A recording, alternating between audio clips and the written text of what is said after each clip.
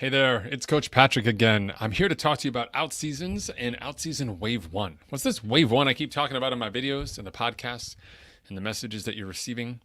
Wave one is the first start of the out season. It's the earliest point at which you can begin next year. So much like car manufacturers release the 2024 car in 2023, we start 2024 work in 2023. The plan starts in November, technically October 30th, and then runs through the beginning of November. So our goal here is to have you exit after 14 weeks with maximal fitness, with enough rest in your body, peak levels of numbers, but without that peak fatigue, give you a chance to take a break. We have a little swim camp break, or if you're not a swimmer, an alternative break before you then move into the body of your season and start adding distance. We add, far on top of the fast that you've built here inside the winter.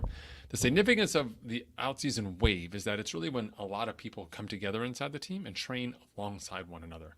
That's a really powerful concept. That's why we talk about it as a wave. It's just not just one person pushing the water in a pool. It's 100 people pushing the water in a pool. It becomes very powerful.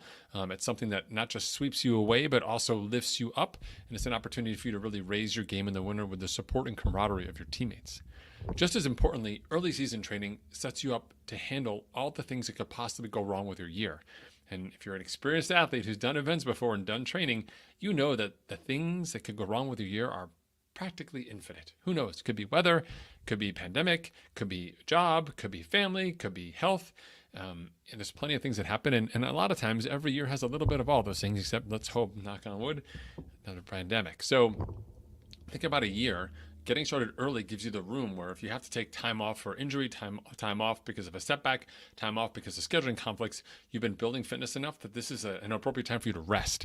When you have that friction and you're just getting started and you haven't developed any new fitness, all you're really doing in that other scenario is just delaying the time that you're really getting started, delaying the time in your year when you'll peak. So if you wanted to start in January, but you had a bunch of problems, you don't really start till sort of mid-February, then your peak time, which is going to be June, is now really going to be July. And if your race is in June, now you're in a tough spot. Now we got to start making compromises. We got to cut things and we got to push things together. So to avoid all of that, what we do is we start early. Another option, that is really powerful about the wave one in the out season is that you start early enough. You can actually do a race in May or June, perhaps even April. Take a break, like a solid month-long break. Go onto maintenance mode inside the team here. Dial it down a notch. Recover, have fun. This is great for those of you who typically take time off in the summer to be with your family or to do other things. And then come back and almost get a second season using the fitness you've already built.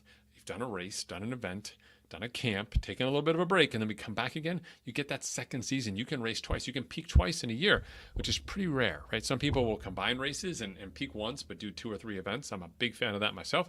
In this case, you actually get 2 seasons out of one. So that wave one becomes a strategic investment.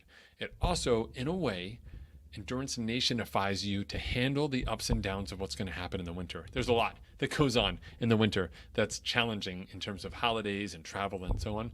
And being a part of this group, this cohort moving through the out season together actually helps ward off a lot of those problems, a lot of that resistance that says, well, I'd much rather eat that, candy corn over there than go for my run right now.